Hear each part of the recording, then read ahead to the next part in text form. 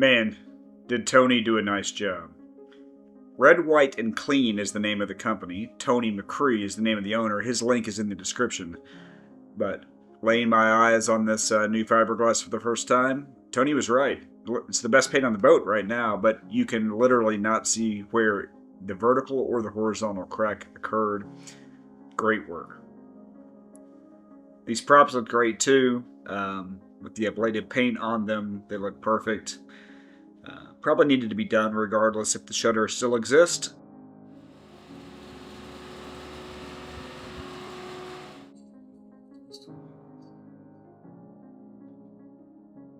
She's up.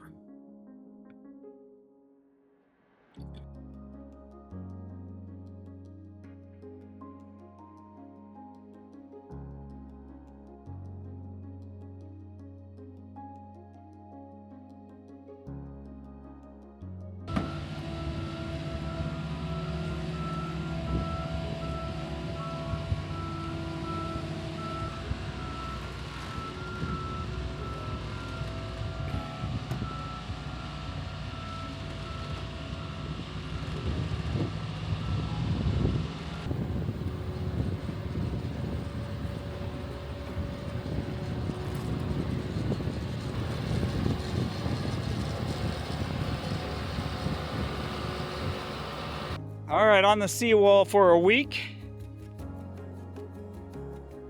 Another Tahoe full of supplies and gear. Let's get it in the boat. It's a new week on the boat, new list on the boat. So this is the trip before we take it west for 3 days to Sarasota. So again, critical items or now convenience items for people that are going to be with me. We got to get the VIP shower back in order. The ceiling is down. There's some investigation of fuel tanks. I'm just trying to figure out how many we have and if we have a fuel selector valve. The generator alternator does not work, I'm told.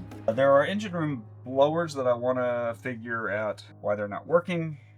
We got to get our Starlink up. There's a variety of caulking and epoxy. I want to do loose grab rails, those kinds of things. We are tripping a breaker for the master outlets, and I'd like to figure out why. And we've got our master shower, why it's not putting out water, why it's not putting out heat. We just got to figure out where those lines are, and we'll get it done.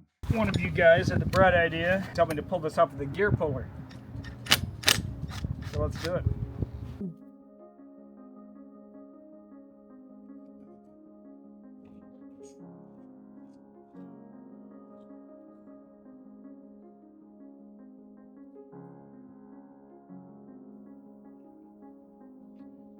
All right. The wrench on that.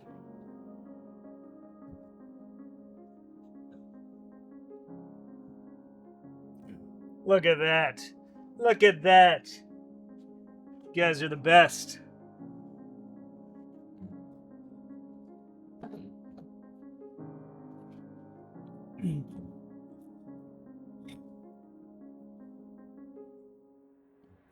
Okay, let's put that down where we don't drop it in the water. Okay, get a fair amount of water there. Let's get this anchor out of the way.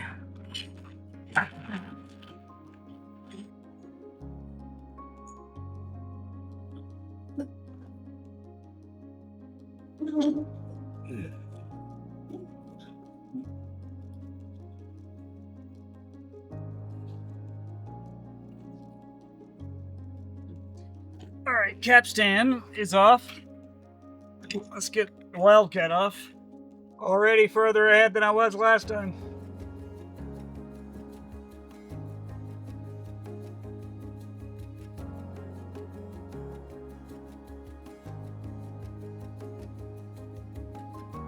All right.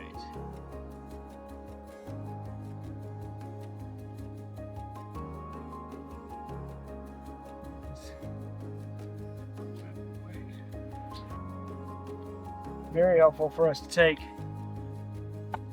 the chain stripper off.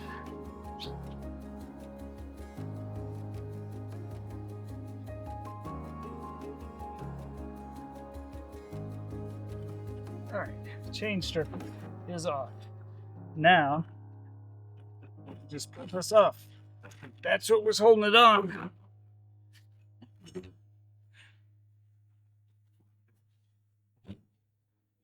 We're back at it in the hole on the windlass. But I think we got a plan.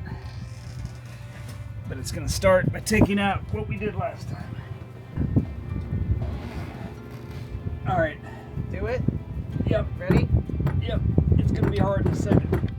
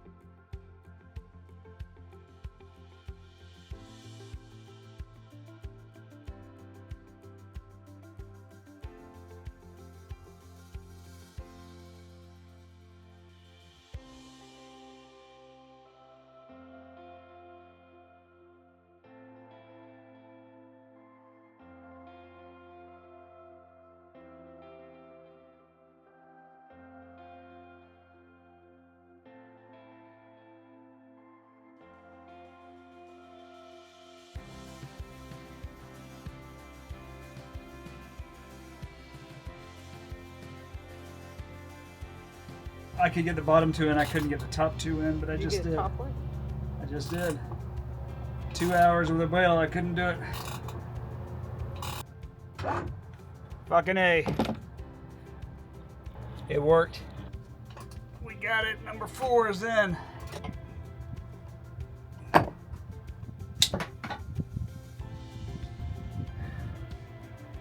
We are on the uphill of this thing now. We got some lugs.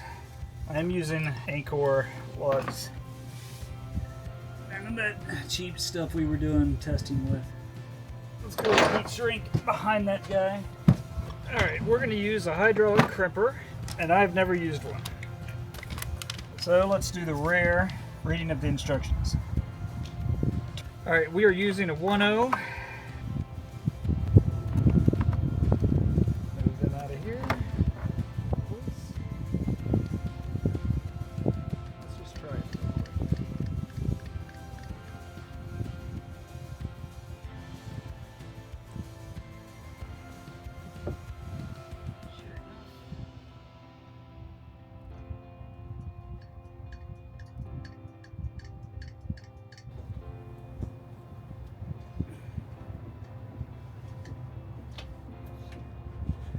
Look at that.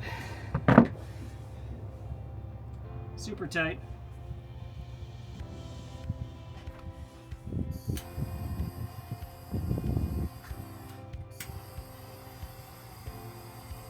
Might have got that just a little closer than I should have. Let's put this connection on.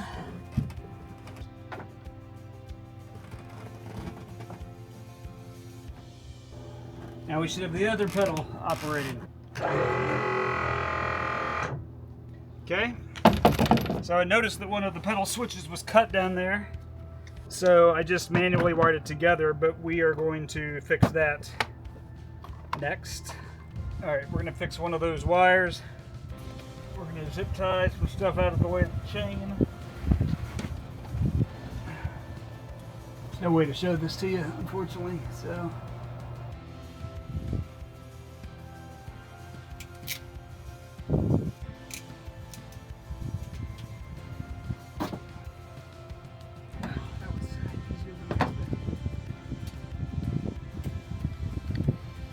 Last thing to do down here, fill this up with 90 weight gear lube. Looks like it takes an outboard lower unit pump. We're going to see. And we'll use this on the Yamaha on the tender too. It's definitely not the same size. But I'll tell you what, it says to fill it to the hole, which means we'll just dump it in there. When it starts to overflow, we know we're at the hole, right? Doesn't fit on there either. So.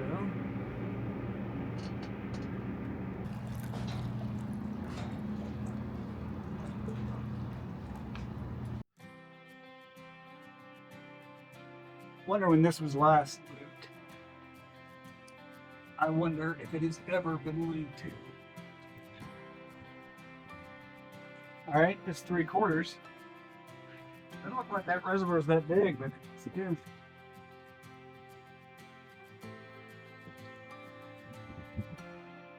Well, we are full.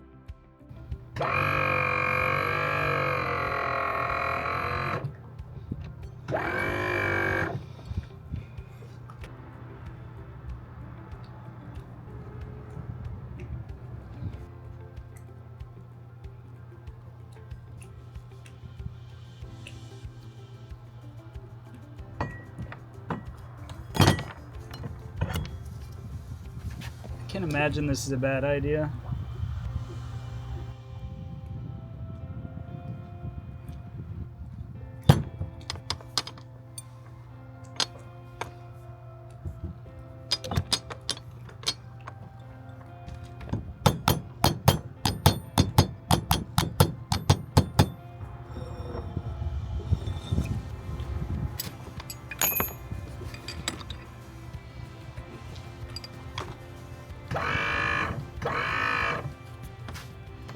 Chain stripper back on.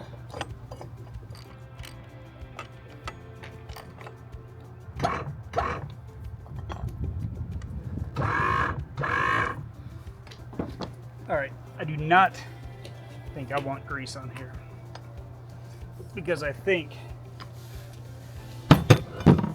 this rubber right here is what grips the Wildcat.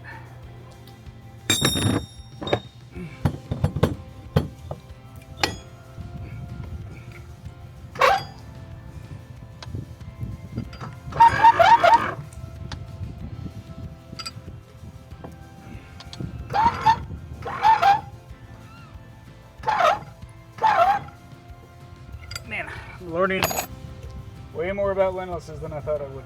For our critical list, we're going to call that done.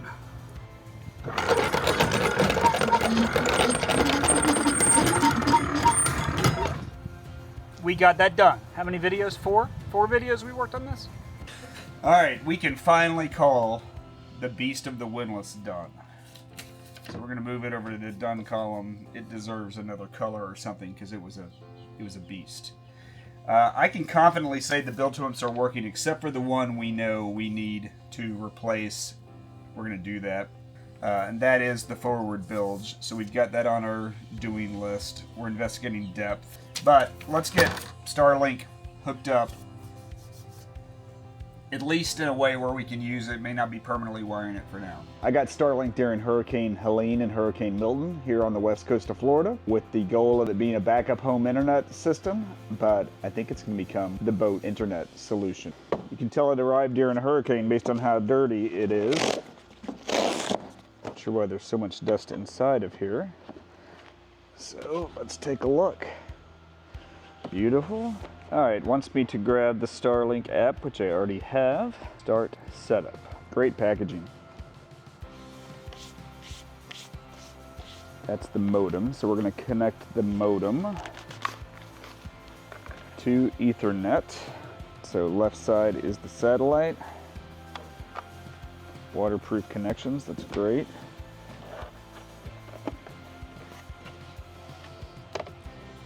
It's time for a power supply. I like these.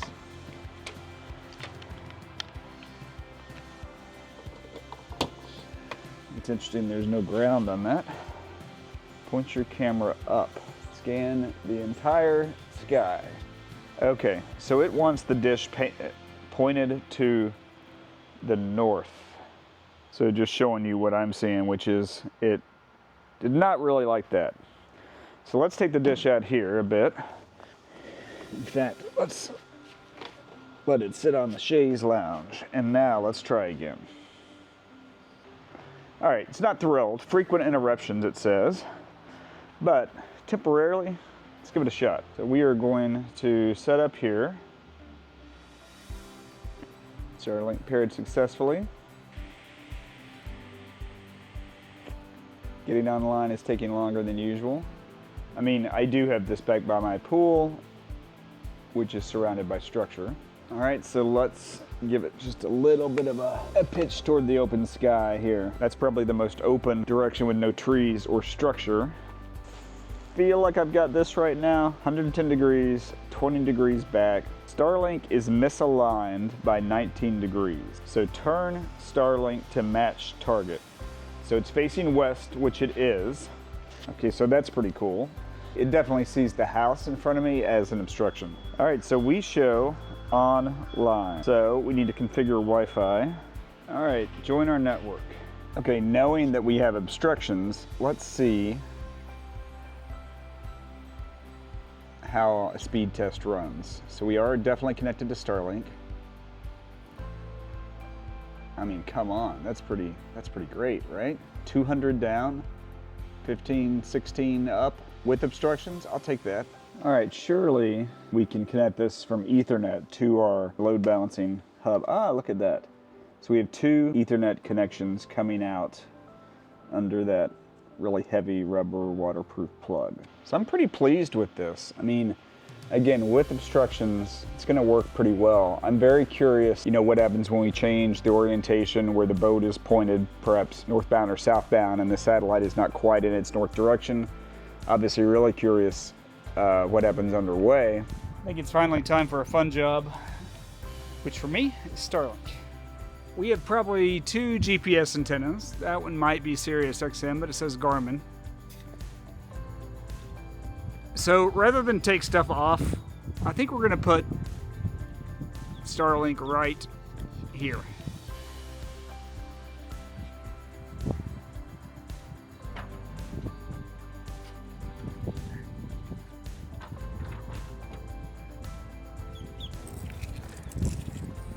So I think we can go halfway between there. We're gonna call it 42. So let's go to 21. Okay.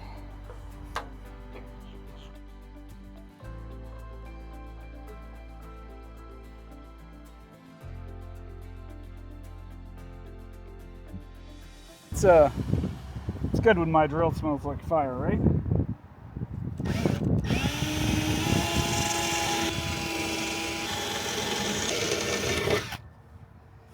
$4,200 around it.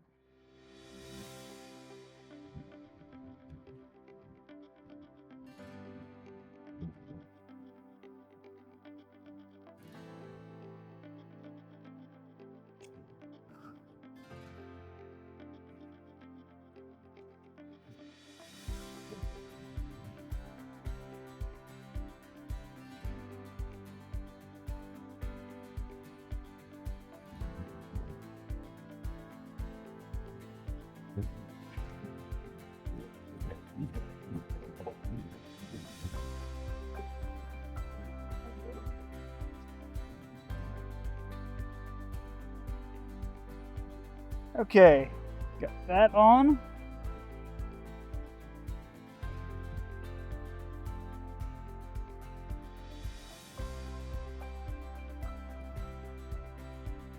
This is mounted. I need to find, oh, that's upside down. So we'll fix that. And I gotta find the retaining screws that go in it. I think we'll do a test wire. Maybe for the day, but for right now at least. All right, I think behind the TV is where we are going to put our open source boat project. But for now, we're gonna do this kind of temporarily. All right. Power supply for Starlink. Just a test run of the cable for right now. It showed that we have power. It's like a museum of TV tech in here. You got the old school satellite connector. You got Track Vision, DirecTV, newer DirecTV. Look at that thing. What is this? End of rotation, local antenna. We're just gonna trash all that. All right, we can call Starlink done. Again, not permanently wired yet, but we're gonna figure it out.